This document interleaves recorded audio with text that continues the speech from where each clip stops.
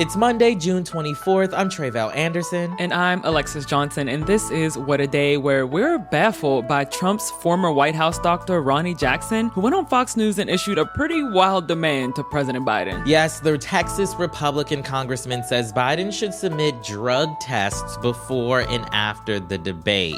To which I say, why not test them both? Honestly. They both could use a B12 shot or something. On today's show, more than 1,300 people died amid extreme heat during the Hajj pilgrimage in Saudi Arabia. Plus, some of our favorite athletes are heading to Paris for the Summer Olympics next month. But first, today marks 2 years since the U.S. Supreme Court overturned Roe v. Wade and set us back a few decades. On June 24th, 2022, the court's conservative majority ruled in Dobbs v. Jackson Women's Health Organization that the Constitution does not protect the right to an abortion. In doing so, they gave individual states the responsibility of deciding.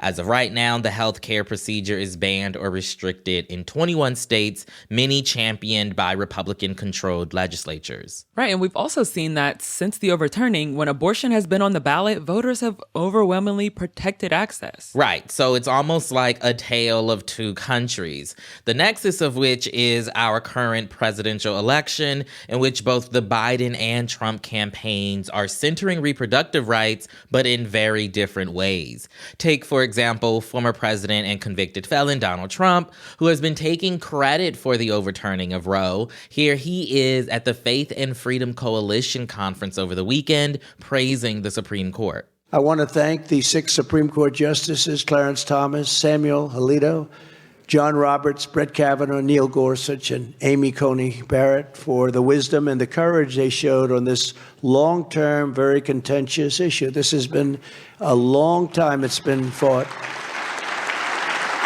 Getting it back to the states puts the question where it belongs with the vote of the people, and over time, it will all work out. It's working out right now.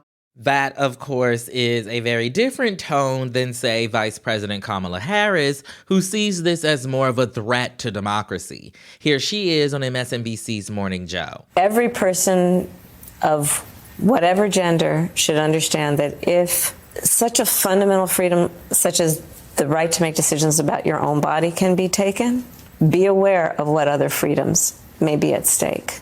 And so, on the anniversary of the Dobbs decision, I spoke with Politico's healthcare reporter on Capitol Hill, Alice Miranda Ollstein. I started by asking her where the biggest battles in reproductive rights have happened in the past 2 years. There's sort of been this narrative that everything has shifted to the state level. And in one sense, that's true. That's where we're seeing the most action. We're seeing state after state vote to either protect the abortion access they already have or even expand it or return it.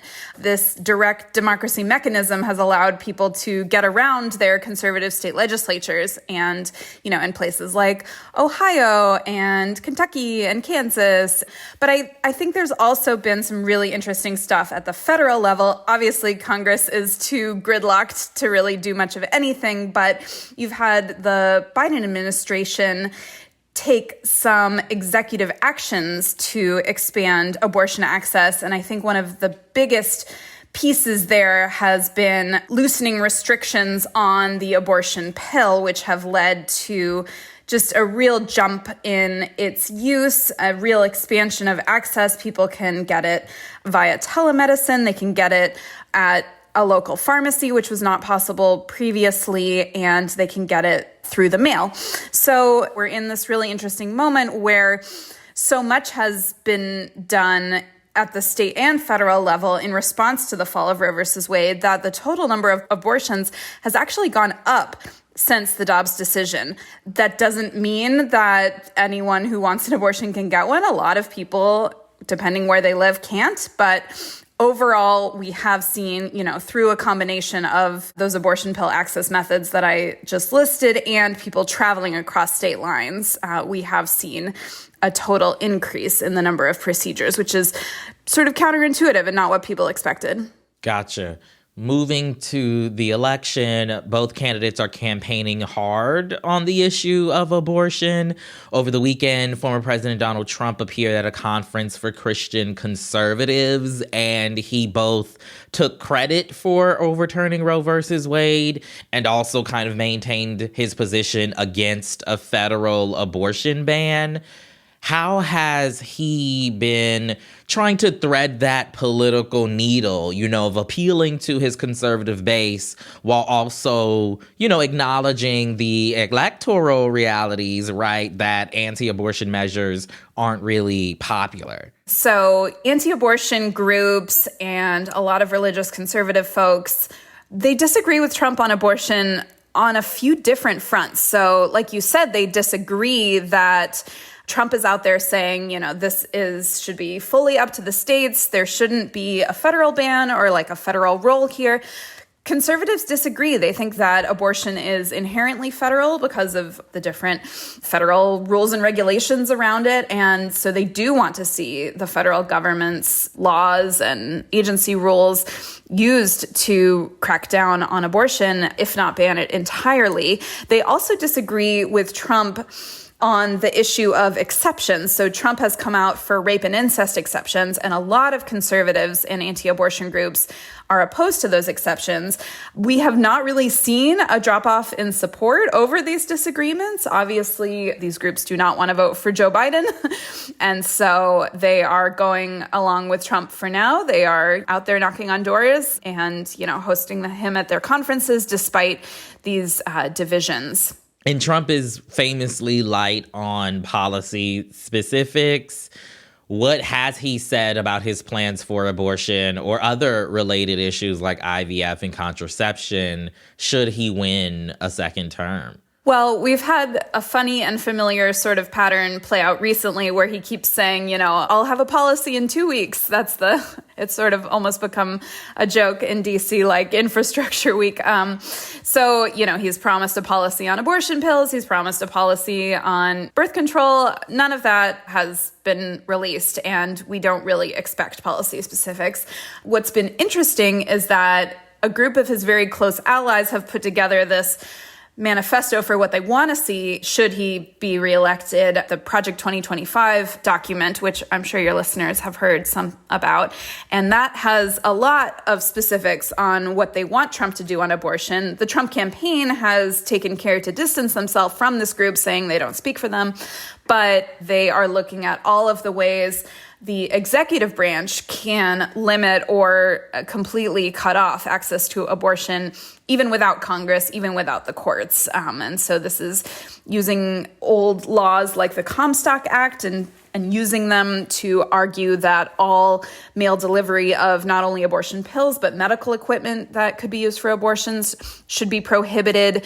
They want to roll back a lot of Biden administration things related to the abortion pill and its regulation at the FDA. They also want to roll back the access to abortion at the VA that the Biden administration expanded. A lot of things. Meanwhile, the Democrats, right, have made reproductive rights one of the pillars of the 2024 election. Talk to us about some of the strategies you've seen from the Democrats on this particular issue. I think that they are really leaning into abortion rights in a way you have not seen before and talking about it in starker terms than you've seen in the past. I think Democrats have been emboldened by all of those state level votes over the past couple years that I mentioned, seeing people turn out for abortion rights in red and purple states in numbers that surprised a lot of people. I think that has really shown Democrats that they should not be afraid of this issue and they should really lean into it. And that's what they're doing. And so you're seeing Biden's reelection campaign and a lot of congressional campaigns really trying to lift up the stories of particular people who have been impacted by state level abortion bans.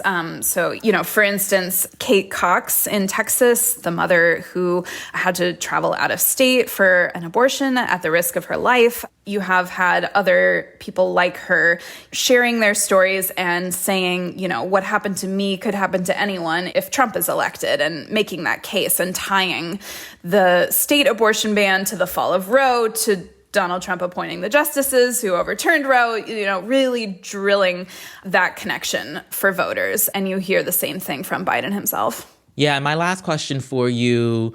This Thursday is the first debate. Abortion is likely to feature heavily during it. What are some of the things you'll be looking for from both candidates that night? I mean, honestly, you're going to hear both candidates accusing the other of being the extremist on this issue. I think, though, based on the voting results of the last several years, the voting public, including independents, including a lot of Republicans, really believe it is the Republican Party that has gone too far on this issue. So I think elections come down to such a small group of people, and especially on abortion, people's views are already so firm and hardened that it's difficult to sort of imagine who's able to be persuaded on this particular issue at this particular point. But I'll be listening for really anything new, anything we haven't heard before, because, these debates tend to get into familiar patterns and arguments. That was my conversation with Alice Miranda Ollstein, Politico's healthcare reporter on Capitol Hill. We'll link to her work in our show notes. But that's the latest for now. We'll get to some headlines in a moment. But if you like our show, make sure to subscribe and share it with your friends. We'll be back after some ads.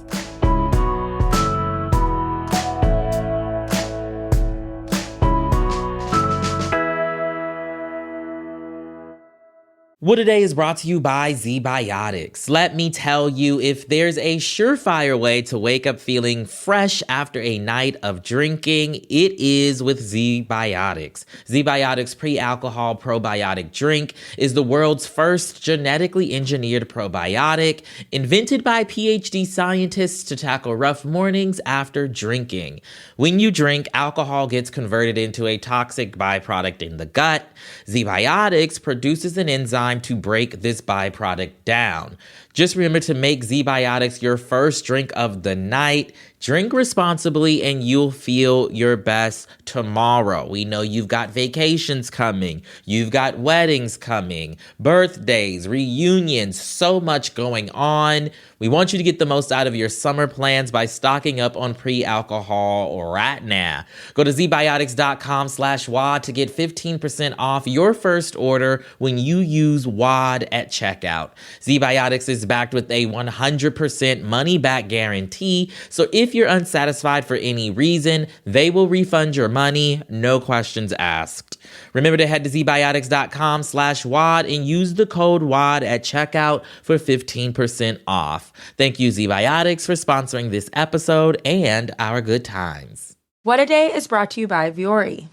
Vuori Performance Apparel makes the perfect Mother's or Father's Day gift. Everything is designed to work out in, but it doesn't look or feel like it. And they're incredibly comfortable and cute and just the perfect thing to wear when I'm working from home or out and about, mostly at home because I'm not out and about. Yeah. I will say I did not know clothes could be, I'm being dead honest. I did not know clothes could be as comfortable as they are before I had Vuori. Yes. Clothes can be so comfortable. Nobody told me. Smooth like butter, soft, so good on the skin. I just love living in Vuori. Vuori is offering What a Day listeners 20% off your first purchase when you go to vuori.com/WAD. That's VUORI.com/WAD. And enjoy free shipping on any U.S. orders over $75 and free returns. What a Day is brought to you by Nutrafol. Nutrafol is the #1 dermatologist-recommended hair growth supplement, with over 1 million people seeing thicker, stronger, faster-growing hair with less shedding. With Nutrafol, building a hair growth routine is super simple. You just purchase it online, no prescription or doctor's visits required, and you can get results you can run your fingers through. For a limited time, Nutrafol is offering our listeners $10 off your first month's subscription and free shipping when you go to Nutrafol.com and enter the promo code DAY. Find out why over 4,500 healthcare professionals and stylists recommend Nutrafol for healthier hair. Nutrafol.com, spelled Nutrafol.com, promo code DAY. Now let's wrap up with some headlines. Headlines. More than 1,300 people have died so far this year during the Hajj, the annual Islamic pilgrimage to Mecca, according to Saudi Arabian officials. Temperatures in Mecca during this week hit a high of 125 degrees. Officials are concerned with how increasing temperatures might worsen the casualty rate of the pilgrimage as climate change continues to exacerbate the heat of the Arabian desert. The Hajj is one of the 5 pillars of Islam, which all healthy and financially able Muslims are required to complete once in their lifetimes. The catastrophic heat waves weren't isolated to the desert. Temperatures broke more than 1,000 records across 5 continents over the past week. Here in the U.S., flooding devastated parts of the Midwest after consecutive days of rain. During an appearance on ABC News over the weekend, our fave, Bill Nye the Science Guy, said this could be the new normal. The latest research is that there's not a turning point or a tipping point or a knee in the curve. It's just going to get hotter and hotter and worse and more extreme. So this is a taste of the normal of the future, unless we, humankind, get to work and address it. Israeli Prime Minister Benjamin Netanyahu repeated claims that the U.S. is withholding military aid amid the war in Gaza, signaling rising tensions between the two countries. Netanyahu reportedly told his cabinet on Sunday that there's been a, quote, dramatic drop in arms shipments from the U.S. in recent months. But he didn't give any details on what American munitions were missing or how much. Netanyahu first accused the White House of withholding aid last week, an accusation that the Biden administration denied. White House Press Secretary Karine Jean-Pierre said last week that the U.S. has continued to arm Israel since October 7th. Only one bomb shipment has been paused since then, according to officials. On Friday, the Supreme Court upheld a federal law that prohibits people with domestic violence restraining orders from obtaining guns.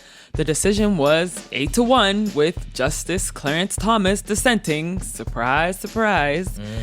Surprise, surprise. Chief Justice John Roberts wrote for the majority in the decision, saying, quote, "Since the founding, the nation's firearm laws have included regulations to stop individuals who threaten physical harm to others from misusing firearms." The High Court's decision overturned the 5th U.S. Circuit Court of Appeals ruling that stated that the Second Amendment does protect domestic violence offenders' rights to firearms. It's a welcome win for gun activists after the court struck down a ban on bump stocks earlier this month. And lastly, Sha'Carri Richardson is finally getting her shot at the Olympics. The runner won the 100-meter sprint at the U.S. track trials on Saturday, finishing with a time of 10.71 seconds, all while her shoe was untied, okay? Her win guarantees her a spot on Team USA at the Paris Games next month, and it also makes her the fastest woman in the world this year. This is a huge comeback for Richardson, who came close to the Olympic stage 3 years ago when she won this same race, but she was disqualified when she tested positive for marijuana, a substance banned by the World Anti-Doping Agency. She told the Associated Press, quote, "I feel honored. I feel every chapter I've been through in my life prepared me for this moment." And in other Olympic news, swimmers Katie Ledecky and Caleb Dressel won big at the swimming trials, securing their spots on Team USA. Ledecky won her 4th event when she finished first in the women's 800 freestyle, and Dressel, who took home 5 gold medals at the Tokyo Olympics, he won the men's 100-meter butterfly and the 50 freestyle. Alexis, I have to ask, are you a fan of the Olympics? What are your go-to events? Tre'vell, I sure am. You know, every 4 years, the Olympics come around and I am sat, okay? And I would say for my favorite event, it's probably a tie between track and field and gymnastics. You know, we love gymnastics. Black people love them some gymnastics and some track and field, okay?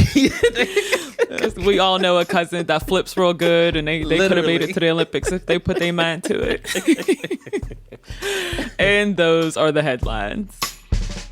One more thing before we go. If you haven't caught it yet, tune into Killing Justice, the new limited series from Crooked that delves into the aftermath of a prominent Indian judge's death, sparked by questions surrounding the events at a wedding in India.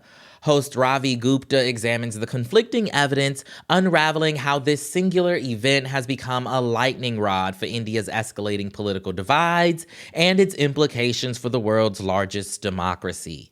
The 6th episode drops today. Listen to Killing Justice on Apple or Spotify, and for ad-free episodes, join the Friends of the Pod community at crooked.com/friends. And we want to hear from you listeners. Do you live in a state that has recently passed a ban on gender-affirming care for trans youth? Have you or someone you love been personally affected by Republican-backed attacks on life-saving medical treatments? Let us know about how bans on gender-affirming care have impacted your life. Send us a voice note or a written response at raven@crooked.com. That's RAVEN@crooked.com with your name, where you're from, and how you've been affected. And if you'd prefer to remain anonymous, just let us know that is A-OK. That is all for today. If you like the show, make sure you subscribe, leave a review, make sure your shoes are laced up in case you have to sprint, okay? And tell your friends to listen. And if you're into reading and not just about upcoming SCOTUS cases and stressing like me, What a Day is also a nightly newsletter. Check it out and subscribe at crooked.com/subscribe. I'm Alexis Johnson. I'm Tre'vell Anderson. And congratulations, Sha'Carri Richardson. Whoop, whoop. I love this for her, okay? No, seriously. She said, I didn't come back. I'm better. Big purr, okay?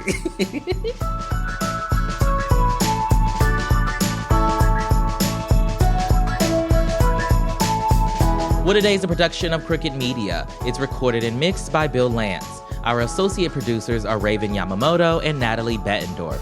We had production help today from Michelle Alloy, Greg Walters, and Julia Clare. Our showrunner is Erica Morrison, and our executive producer is Adrian Hill. Our theme music is by Colin Gilliard and Kashaka.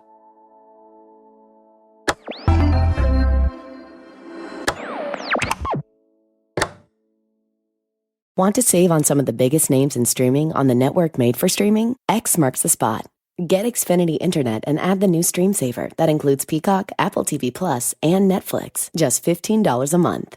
All your favorites, all in one place, only from Xfinity. So go ahead and binge some shows, stream some movies, and save some money all at the same time. For more watching and less spending, X marks the spot. Switch at Xfinity.com today. Restrictions apply. Taxes extra. Price subject to change. You can live out your MasterChef dreams when you find a professional on Angie to tackle your dream kitchen remodel. Connect with skilled professionals to get all your home projects done well. Visit Angie.com. You can do this when you Angie that.